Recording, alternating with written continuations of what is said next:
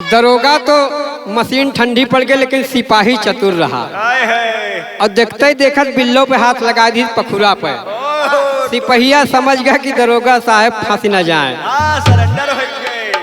सिपाही बोला तड़प के कहा, है दरोगा जी साहब, अरे चेहरा न देखा, वर्दी का ख्याल करा, ये औरत ठीक नहीं बा, अपने पोजीशन पे आवा, वर्दी पे आवा, धर्म पे आवा। दरोगा बोले कि तेरा आदमी कहाँ गया? कहीं कि वो तो अपने बहन के पहुंचावेगा है। कहीं नहीं, बहन को पहुंचाने तो नहीं गया है। सिपाही से बोले कि जाओ देखो अंदर में कोई है। रामदास डर के मारा खटिया के नीचे लुकान रहा है। सिपहिया देखी गोड़ पकड़ के खींच के लाए। कहीं चलो बैठो कोतवाली चलो। गोरकी कैसे है? आज तक हमरे दुल्हा के को हाथ नहीं लगाए बा। आज चाहे कोतवाल हुआ चाहे दरोगा हुआ, हमरे आदमी के केहू लेके न जाए।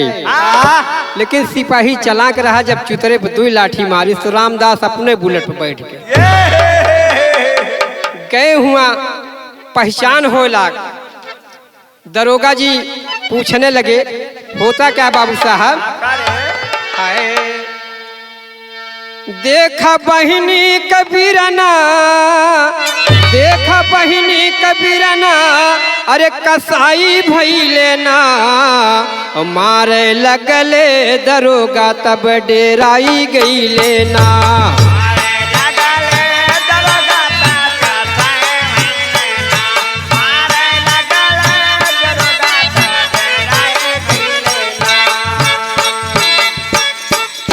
बाबूजी जब मार पड़ने लगी तो रामदास हाथ जोड़ के कहा, साहब मारा ना हम बताओ सही। हाथ जोड़ी रामदास कैले बयानवा, अब कहें अपनी बहिनिया के कई दिहले खूनवा।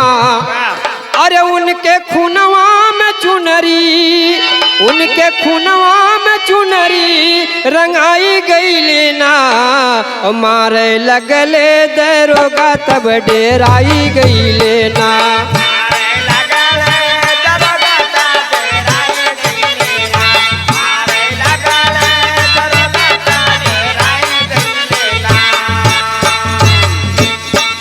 रामदास बोले कि साहब अपनी मेहरारू के कहे से अपनी बहन के खून कर दिए। लेकिन कहा, दरोगा बोले कि तुम्हारी बहन अभी जिंदा है। तब तक पलट के डाकू शमशेर सिंह से पूछा था कि भाई तुम कौन हो? शमशेर सिंह बोले, सरकार हम यही डाकू शमशेर सिंह बानमवा, और 20,000 रुपया हम पे नमवा। कहा, सरकार मैं डाकू शमशेर हूँ और 20,000 रुपया इस सरकार ने हमारे ऊपर मुर्दा या जिंदा हाजिर करने पर इनाम रखा है। हम डकैती डालने जा रहे थे लेकिन इस लड़की के दर्द हमसे सहा नहीं गया, हम इसको अस्पताल लाए। हाँ कि हम यही डाकू शमशेर सिंह बानमवा, और 20,000 रुपया हम पे नमवा। अरे नाम सुन के दरोगा घबराई गईले ना, नाम सुन के दरोगा घबराई गईले ना, मारे लगले दरोगा तो डेराई गईले ना।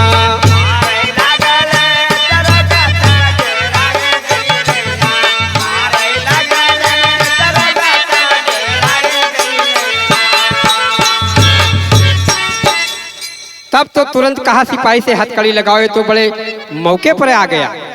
हम लोग ढूंढते ढूंढते मर गए, ये आ गया, हथकड़ी लगी भैया बाबू साहब। लेकिन होता क्या भैया? अरे रेखा रोए आंसुअन में भीजेली अखिया। डाकू शमशेर सिंह बोला कि दीदी अब तोहरे कारण हम जेल जाते, कोई निशान हमको, कोई निशानी दे दो। रेखा कहा, भैया हम तो अपने ससुराल से फटी साड़ी में आई, फटी साड़ी में गई, बीच में हमारा भाई रामदास ऐसा कर दिया, हमारे पास एक फूटी कौड़ी नहीं है। होता क्या है बाबू साहब? रेखा रोने लगे कि दे का दे। अरे रेखा रोवे आंसुअन में अरे भीगेली असिया और रेखा फार के अचारवा से बांधे रखिया।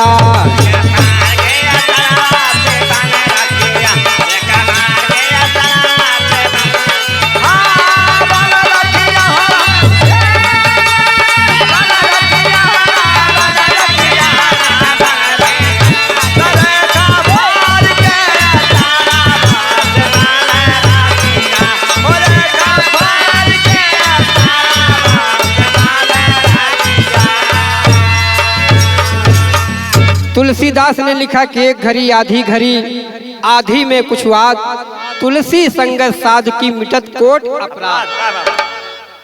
रेखा के फटी साड़ी फिर फारे के परा और चट दे देखे नारी का बुद्धि देखे, चट दे फाड़ के राखी बांधे का भैया यह कलाई में हम राखी बांधे थे, यह हमार निशानी बा।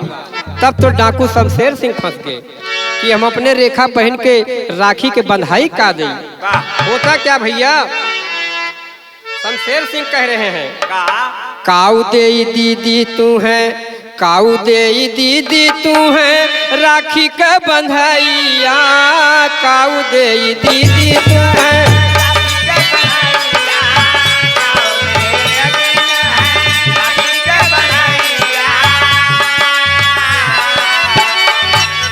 कहा दीदी, किसी शायर ने लिखा है कि पानी में पानी मिला कि मिला नीच कीच में कीच, और जैसा का तैसा मिले कि मिले नीच का। कहा बहन तोहरे से हम कम नहीं दर्द मुआटी, हम तो रास्ता में डकैती डालने जा रहे थे, बच्चे की आवाज़ सुना हम फंस गए और तोहरे कारण आज हम जेल भी जा रहे हैं।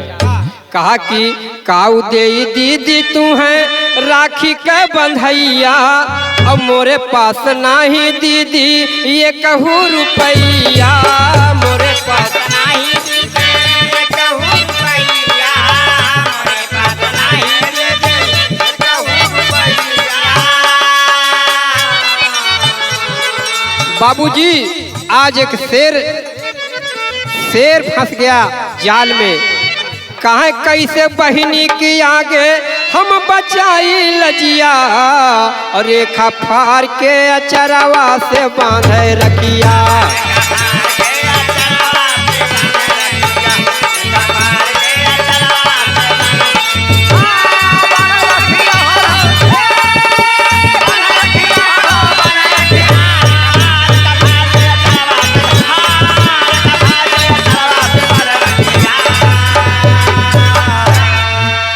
होश आया, डाकू शमशेर सिंह कहा दीदी तोर काम बन गया।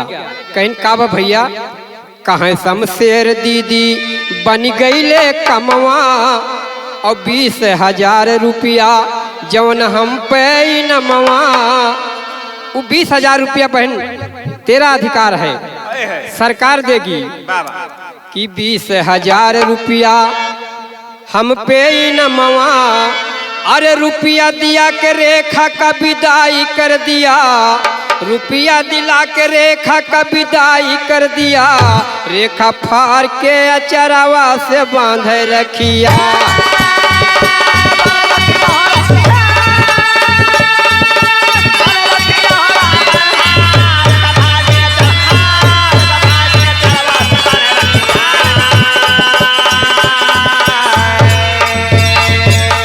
वाले मित्र रामदासों के हथकड़ी लाग गए, जेल गए डाकू यो भाई रेखा के छूटल रवाई, और तब तक गोरकी भौजू भी आ गए। जेल गए डाकू यो भाई रेखा के छूटल रवाई, अरे खड़ी बगल में गोरकी भौजी गिरी चरण भर आई, अरे गोरकी गिर के चरणवा पे मांगे मफिया, रेखा फार के अचरवा से बांधे रखिया।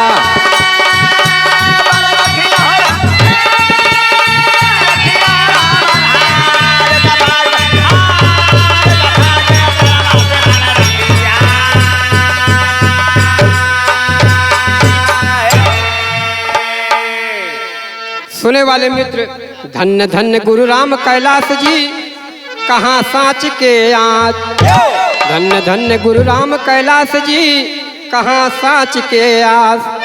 अरे जिसका रक्षक डमरू वाला कैसे आए आँख रंगानाई खूने में चुनरी, अरे राम रंगानाई खूने में चुनरी, अरे रसिया नंदलाल नारी से हारी माना रंगानाई खूने में चुनरी।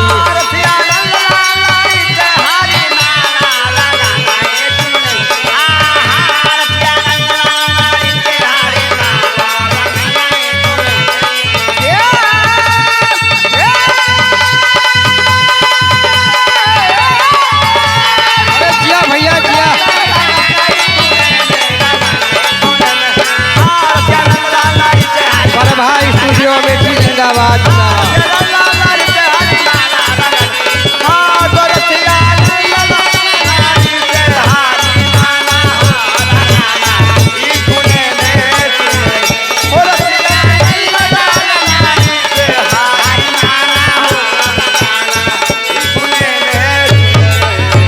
अंत में कहना बा बाबू साहब, अरे नैहर नाही जाओ नैहर नाही जाओ, नैहर नाही जाओ नैहर नाही जाओ, बारी धना नैहर नाही जाओ।